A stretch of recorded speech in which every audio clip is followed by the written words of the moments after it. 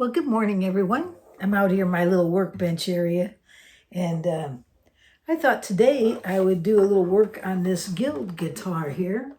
This doesn't belong to me. This is Tim's, and it's been around for a while. He's had it for about 4 years now. I dated it out by the first letter that's on the serial number.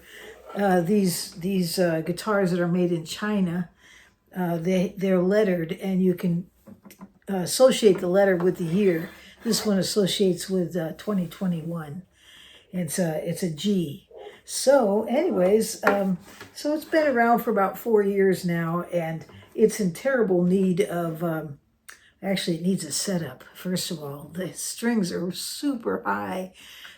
They're super, super high. I want to get that to about 0.09 or 0.08, somewhere in there. I usually set mine about 0.09. And so, yeah, so it needs some work there. Perhaps there's a lot of room on that saddle there. That's one way. I might do a combination of adjusting the truss rod, because there seems to be a lot of room. When I check the relief, there's a lot of room there to make some changes on the truss rod as well. So there's sort of a balance there that I'm going to do today. And but we'll take a look at it and we'll play it and let you hear what it sounds like. Now, right now it's out of tune, but let's see if I can set it here where you can see it. Of course, I'm out in my garage right now, and you can hear.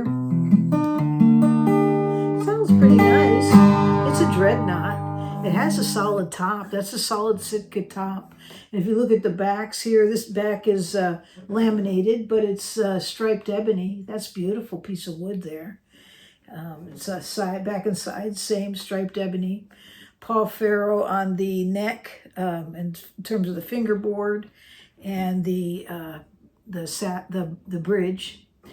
And they actually come with bone, nut, and saddle, from what I understand. I was looking at it thinking, is that really bone? But it is. It's bone. And there's plastic pins on here. So there's a little room maybe to change some things and make this play a lot better. Because right now, you can't see it, but there's a lot of work that I have to do to get this to sound good. It does have a pickup in it, by the way. See that? From what I understand, I think that's called an AP1. It's made by Fishman for Guild. Guild actually has its name on it right now, but that's a Fishman pickup. And it has controls for the tone and the volume and the sound hole. And so that's a real nice feature. These things cost, right now, you can't find this one with the striped ebony. At least you might find an open box someplace, but like I don't think they're making this anymore. But you'll find it in mahogany, and it's under $500. So it's a good deal. And again, this is a dreadnought. It's good size. This is like 16 inches across here, so this is full size. This is probably 4 3/4, maybe 4 1/2. I'd have to measure it out. But it's you can feel it's a full-size dreadnought. And they put whoops, all right, there. We just hit that. Let me just back this over here again. There we go. So they put I think this is 1 11/16 nut on here. And so it's a little bit on the slim side, which is nice. For me, I like it. Scale is 25/5, so it's a full scale. And it's 12 frets to the body, or 14 frets to the body. So it's a pretty nice guitar. One of the things I like about it, though, is this back. Look at the arch on it. Can you see that? It's beautifully arched. See that? And so that would give it a little more bold sound. There's a little brightness to the sound on this one, though. It's kind of interesting. It may be the wood. Probably plugged in, though. You could dial in exactly what you want. Yeah, it's a nice guitar. It just needs a good setup. I'm going to change the strings on it today and see if I can get it back into order for him. and playable, because right now it doesn't feel very playable to me. It would wear me out. I'd end up with tingling, numb fingers by the time I got through with this. It's way out. So yeah, so there we go. We can see the open tuners on there. Isn't that beautiful? And I'm not sure who makes their tuners, but they feel pretty solid. Interesting place where they put the. Well, no, that's actually pretty nice. You can see where they put the strap button there. And my dog's barking. I'm out in the garage, so it's not quite as bad. Did you have a good Christmas? I did. It was wonderful. I had a wonderful time. And so I'm back again. I know I haven't been putting very many videos out, but we'll start working on that again and getting some videos out there. But today I thought we'd work on this guitar.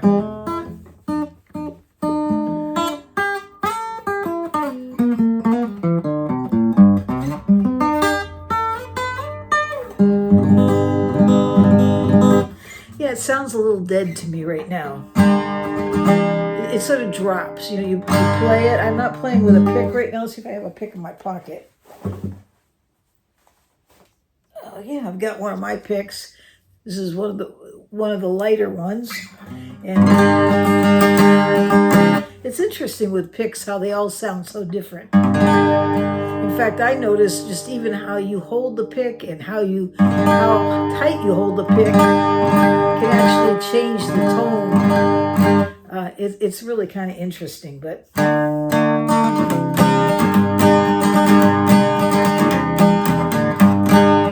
so yeah, it does. It sort of drops off. It puts out a volume and then it just drops. It doesn't. There's no sustain on this thing. I'm not sure why. After 4 years, I would expect it to open up a bit more, but maybe that's not it at all. Maybe it's just the setup. Maybe it just needs new strings. I don't think these strings are probably 4 or 5 years old. And by looking at it, yeah, that's not a factory whine. In fact, that looks about the way I put my strings on. That might be, I may have done that. But it's no longer set up right. I don't know if there's been changes or what. I know he keeps it in his office out. And sometimes it gets a little hot in that office of his in the summertime. So that could have something to do with it as well. Although it's not warped or anything. And so let's see what happens. Let's work on it. Let me change the strings out. I may give you a little quick video of how I wind my strings. I know everybody does it a little different, and you may not even like the way I do it because I sort of my approach is maybe a little bit simpler. And I have not had any problems with the style that I used. I learned it off of someone, I forgot who now, and it works for me. So I might show that to you.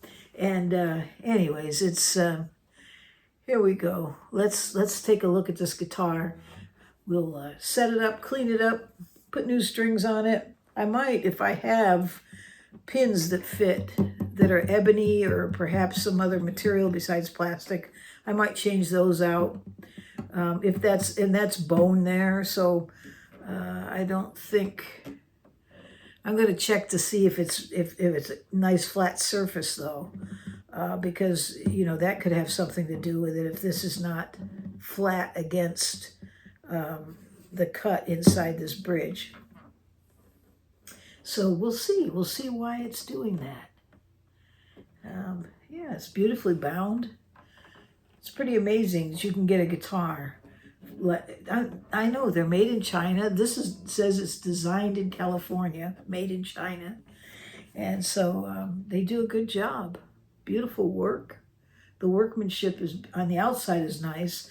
I don't know if on the inside, there's not a lot of glue that I can see on the back, but usually it's on the top. If you're going to find it, you know, they spend more time on the back side there because they know you're going to be looking at it. But there might be a lot of glue. I don't know. I'll look inside and I'll let you know. All right. So let me get to work on this and I'll come back to you.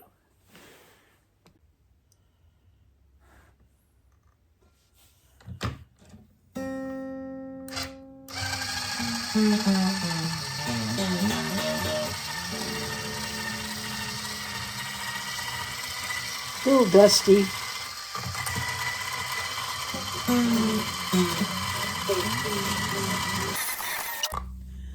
Let's pull these pins out.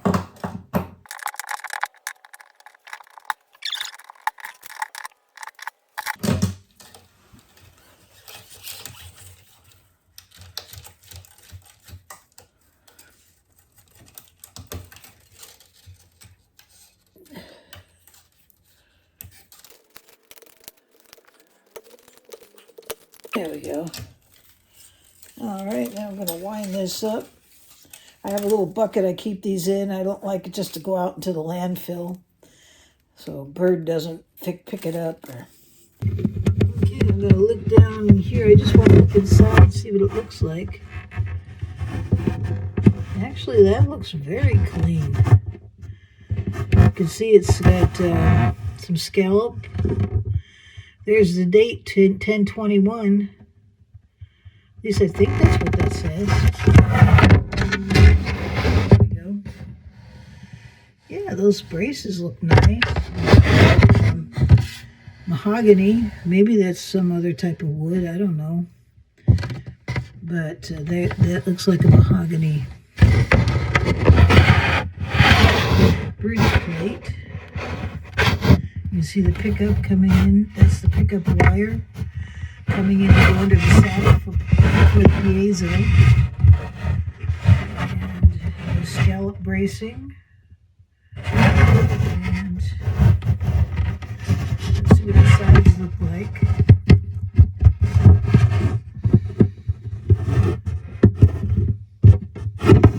We'll go this route.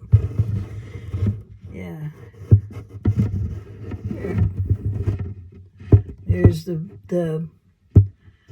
block for the bout. Yeah, it surprisingly looks super clean in there. I don't see any glue squeeze out. Maybe a little bit right there. And these braces look a little rough up here. You can see they could have been smoothed out a little more. There's the serial number on the neck block.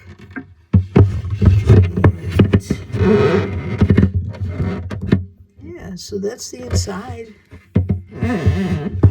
Looks pretty clean. So I took the saddle off.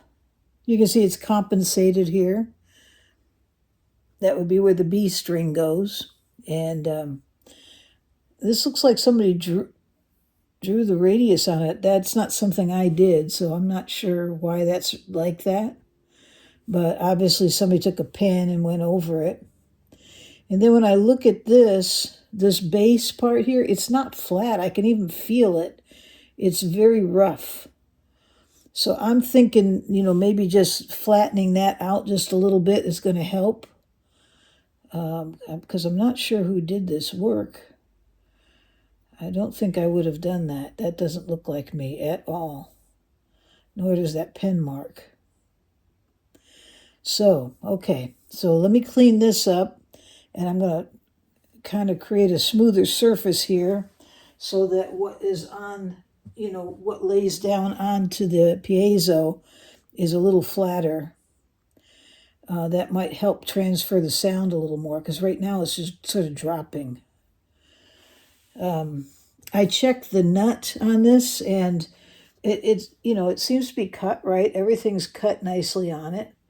And when I check the distance here from the bottom of the string to the top of the fret, it seems adequate.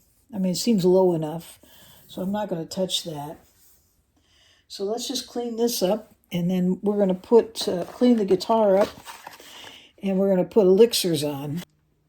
Tightening these just a little bit. They're a little too loose, but I'm not over-tightening them. You don't want to strip them, so it's just enough to get them in there nicely. I tightened the buttons on a little bit more. They were kind of loose, and you can get rattles from that. So that takes care of that. So I polished this up real nice. And you can see I taped the saddle in. I cleaned the saddle Took a little bit off of it, made it nice and flat. Didn't take a whole lot off, but probably just, I don't know, maybe a 1/16 of an inch or so. Usually you want, if this one here, I think it's about 0.03 inches too high. So normally you would have to double that amount and take it off of the saddle, but I think that the truss rod needs adjustment as well. Okay, so I'm going to put the strings on. I start by just putting a slight bend on this. There we go. See, you can see I just bent it just a little bit so that when I stick it down into the slot, it'll hook in. And I still have to use these same pins. I didn't have these things take a very slim pin, and I don't have anything like that available.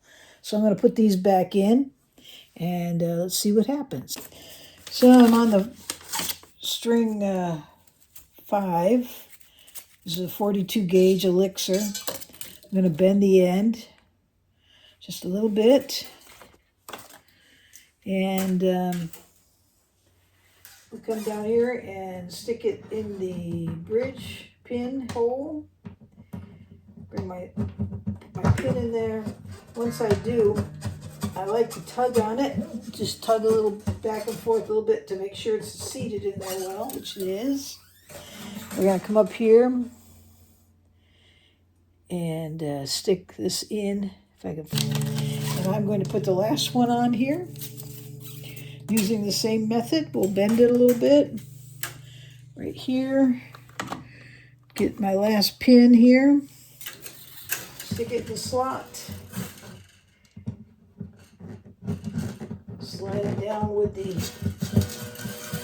pin slot forward on it.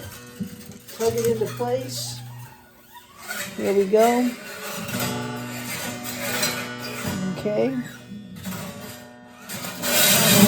Okay, there we go. Well.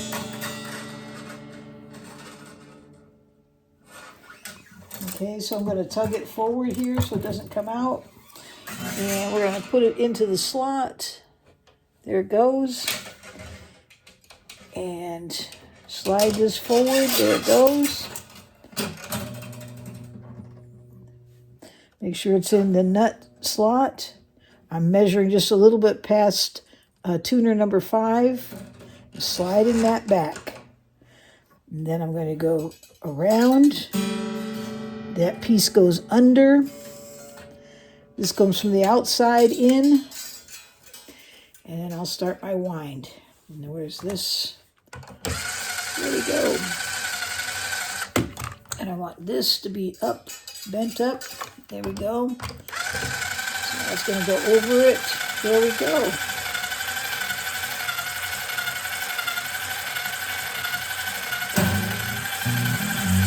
And put my hand down here and hold that pin to make sure it doesn't pop out. Perfect. You can see that wind looks real nice. It's out of tune, but now we're going to trim that. You don't want to leave those little pieces sticking out. So come back here. There we go. There. And you can bend those up a little more if you want, but it looks good to me. And that's it. That's how I put my strings on. And I like the style. It works for me. I haven't had any problems with it.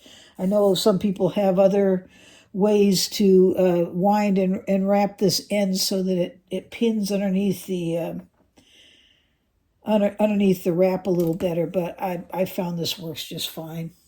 So yeah, what I did was I changed out the strings. I put elixirs on there. I didn't have new pins to put on here. I wanted to put a little better pin on there, but I didn't have one that fit.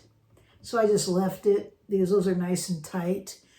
I did shave a little bit off the saddle and smooth it out. I found the saddle was very rough, and that'll make a difference in the sound. You want a good flat surface inside there so that everything is evenly connecting. And so I did find that and change that. I made an adjustment to the truss rod. The strings were way too high. And when I measured out the distance at about the 6th fret, in terms of the relief, by, pressing down here, I put a capo here on the 1st fret, press down at the fret closest to the body. And, and you could tell it was way too high.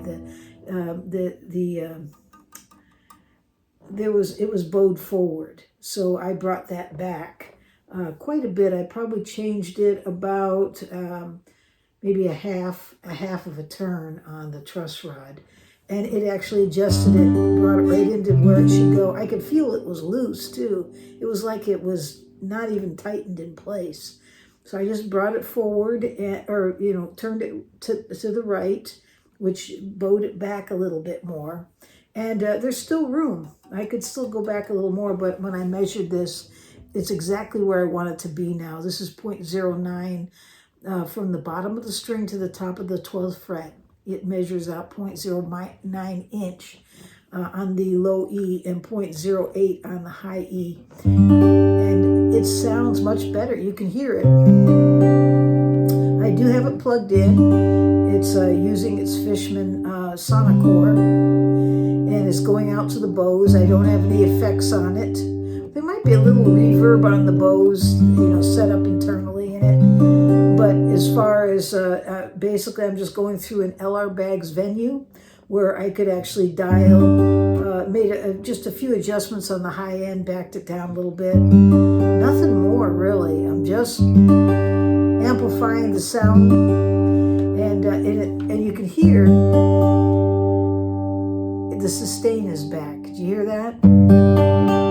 It doesn't drop anymore. Just getting a good setup on it, putting fresh strings, fixing that saddle so that it was flat. It made all the difference in the world. Let me let you hear that same picking. This is just into a microphone. I turned off the pickup. I'm going to move this over a little bit so you can hear it. Okay, so that's it. You can hear that.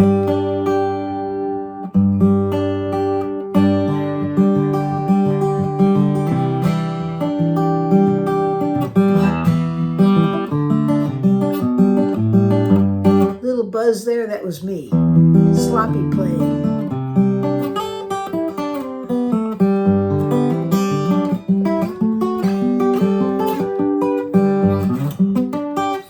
Sounds great. I mean, this is great. Let's hear it strummed. Again, I still don't have the pickup on. I've got it turned off. I'm just playing into a microphone.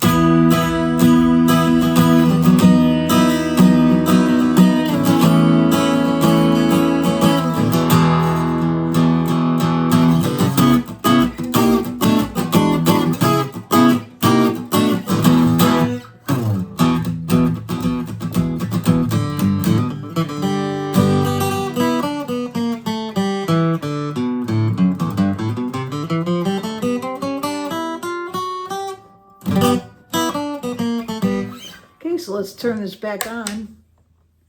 That Fishman sounds good.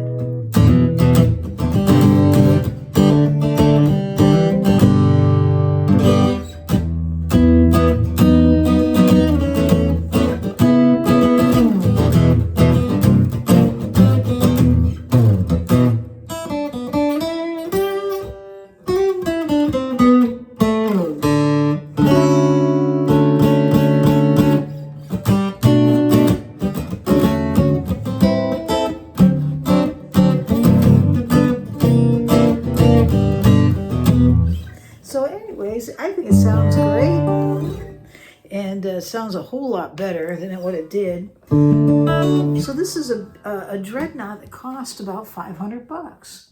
I mean, you can't beat that. You can find these in mahogany. I don't think you'll find them made in this this ebony anymore. At least I couldn't find any being made. There are laminates on the back and sides, but you can find it in mahogany being made now, and it has that really beautiful arched back. That is just so nice.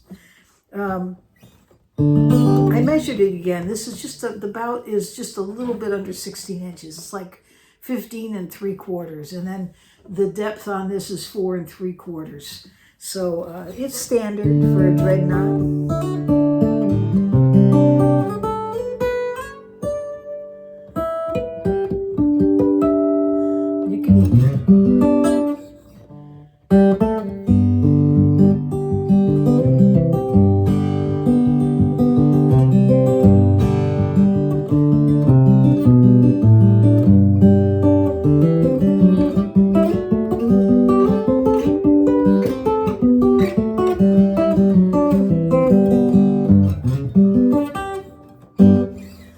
So it sounds really good. I think it came out really, really well, and I'm very happy with it. But to get a guitar that has a solid spruce top like this, it's made really well. Everything is working in working order. I think it sounds great. It's not a super expensive instrument. I think it does the job, and it does it quite well, and it sounds beautiful.